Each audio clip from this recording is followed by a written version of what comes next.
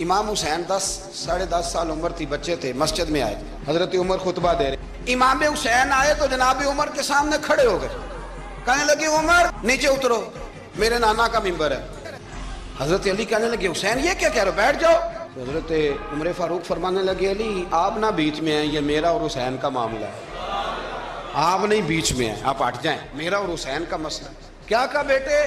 کہا عمر اترو، میرے نانا کا ممبر ہے۔ اتنا بڑا آدمی جسے کیسر و کسرا ہلا نہ سکے، جو درہ مارے تو زمین کا زلزلہ رک جائے، جو سورج کو حکم دے تو سورج چہرہ بدل جائے، وہ شخص جو دریا کو خط لکھے تو خشک دریا بہنے لگے، عمر اترو میرے نانا کا ممبر ہے۔